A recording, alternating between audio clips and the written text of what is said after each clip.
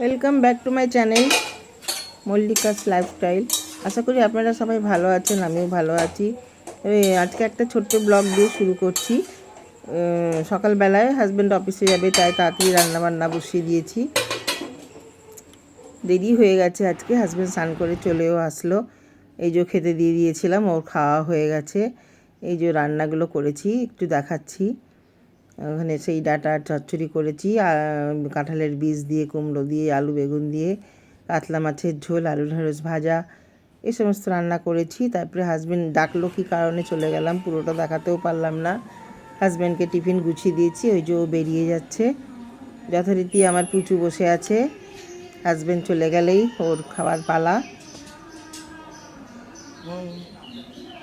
Husband চলে গেল। চলুন আজ কি কি রান্না হয়েছে দেখিয়ে দিই। তো চলুন এবার দেখাই ভালো করে কি করেছি রান্না।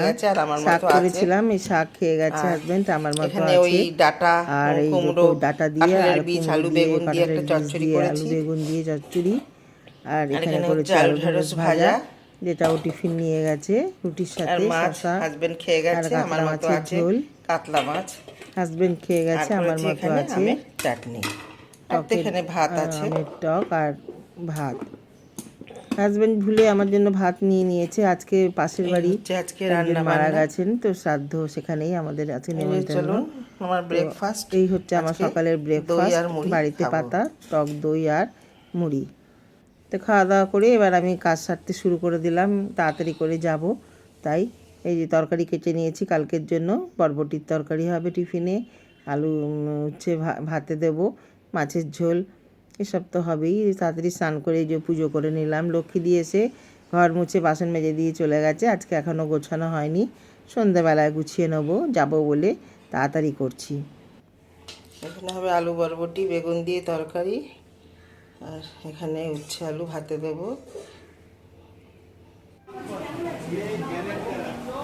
তারপর আমি রেডি করে চলে গেলাম, পাশেই একদম, পাশের বাড়ি একদম, জানলা দিয়ে আমার সবসময় কথা হতো।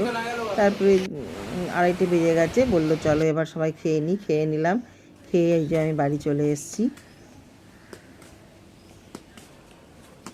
কারণ এখনও শ্রাদ্ধের পুজো হচ্ছে, কি করব আর ওখানে বসে থেকে অতক্ষণ, তাই চলে আসলাম। প্রচণ্ড গরম করছে, হাওয়া দিচ্ছে কিন্তু একটা গুমোট গরম, তাও।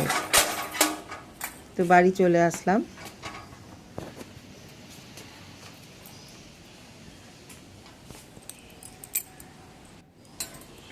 পেছন দিক দিয়ে গিয়েছিলাম, তো অনেকগুলো গেটে, 3টে গেট পরপর তালা দেওয়া থাকে আমার।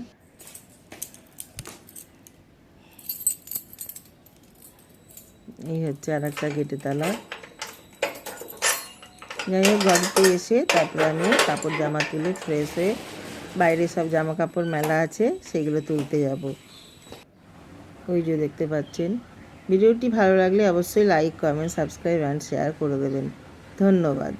চলুন জামা কাপড়গুলো তুলে নিয়ে